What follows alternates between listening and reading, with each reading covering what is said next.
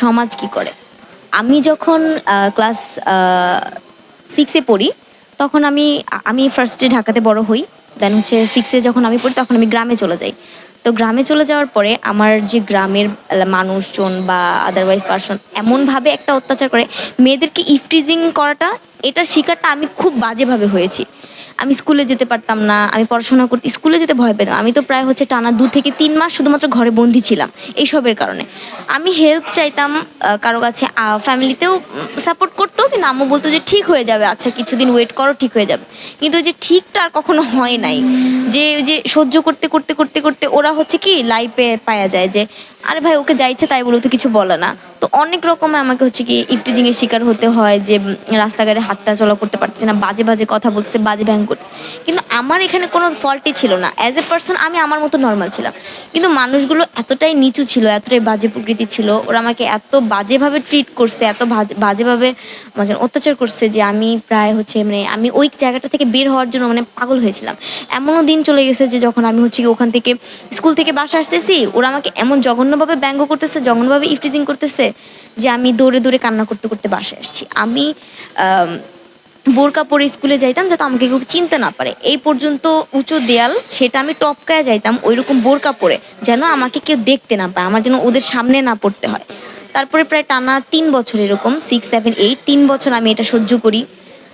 তো ওইরকম সহ্য করতে করতে একটা সময়ে যখন আমার বড় বোন দেখে যে না, সে একদিন যখন আসে তখন সে নিজের চোখে যখন দেখে যে না আসলে আমার কোনো ফল্ট ছিল না, ওই মানুষগুলোই এরকম, তখন আমার বোন আমাকে আবার হচ্ছে গ্রাম থেকে ঢাকাতে নিয়ে আসে, আবার এখানে পড়াশোনা করায়।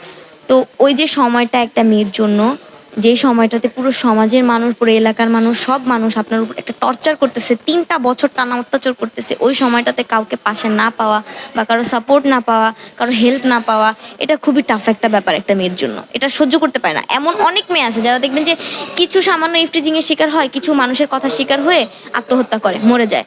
কিন্তু আমি একটা সময় ভাবছি যে আমার ফ্যামিলি, আমি কেন মরবো, আমি মরবো না, আমি একদমই মরবো না। আজকে যে আমি এখানে সাকসেস, আমাকে পুরো দুনিয়া দেখতেছে না।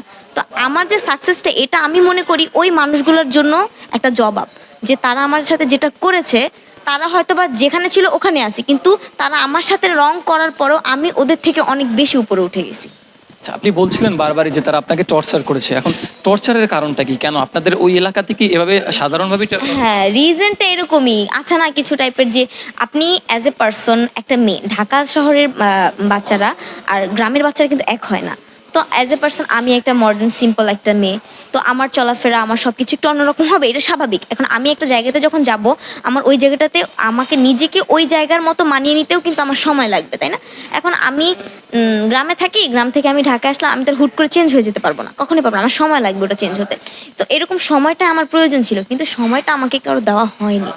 তারা মানে অনেক রকমের কথা বলতো যে এইভাবে চলে, ওইভাবে চলে, কিন্তু কিভাবে চলছি, আমার কথা হচ্ছে আমি কিভাবে চলছি। আমি কি কোনো বাজে পোশাক আশাক পরছি? না, একদমই না। আমার ফ্যামিলি আমাকে সম্পূর্ণভাবে, যে একটা মেয়ে সুশ্রীল একটা ভালো ফ্যামিলির মেয়ে যেভাবে চলাফেরা করতে, আমার ফ্যামিলি আমাকে ওই রকম শিক্ষা দিয়েছে, আমি ওইভাবে চলাফেরা করছি। কিন্তু ওদের নেগেটিভ থটটা এত বেশি ছিল, মানে যেটা বলার মতো না।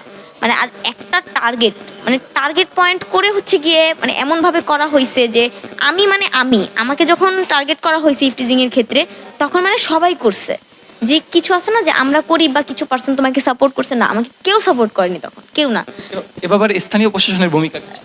স্থানীয় প্রশাসনের ভূমিকা বলতে যে আমি ওইরকমভাবে স্টেপ নিতে পারিনি, কারণ হচ্ছে ওই যে বললাম ফ্যামিলিতে জানাই, আম্মুকে জানাই, বাবাকে জানাই। তো ওই সময়টাতে হচ্ছে বাবা, আব্বু বলতো যে ঠিক হয়ে যাবে, আম্মুও বলতো যে কিছুদিন পরে তুমি যদি সায় না দাও তাহলে ঠিক হয়ে যাবে, কিছুদিন পর ও এমনিই থেমে যাবে। কিন্তু এটা ঠিক হয়নি টানা 3 বছরে। আর স্থানীয় প্রশাসন বলতে যারা নামি দামি মানুষ, তাদেরকে আমি কী বা বলবো, তাদের কাছে বলতে গেলে তারা বলে যে তুমি মেয়ে মানুষ, তোমার ফল্ট না থাকলে কি তারা এমনি করে? এটা তোমার বলার রং। আমার কথা হচ্ছে এটা আপনার বলার রং। আগে আপনি দেখবেন যে যাচাই করে আমার ফল্ট আছে কিনা, তারপরে আপনি বিচার করবেন। আপনি আমার ফল্ট আছে কিনা এটা বিচার না করে আপনি এটা বলতেই পারেন না যে মেয়ের দোষ আছে, তোমার হয়তো দোষ আছে, না হলে তো মানুষ এইভাবে কথা বলবে না, তাই না? এখন এটা তাদের ফল্ট, তাদেরকে নিয়ে আমার কিছু বলার নেই। আমি মনে করি যে এখন ওইসব টপিকটা, ওটা আমার পাস্ট ছিল, আমি পাস্ট থেকে বেরিয়ে সাকসেস হইতে পারছি, এটা আমার জন্য অনেক বড় কিছু। আর যারা আমার সাথে এরকম করছে তাদের জন্য এটা অনেক বড় কিছু, তাদের একদম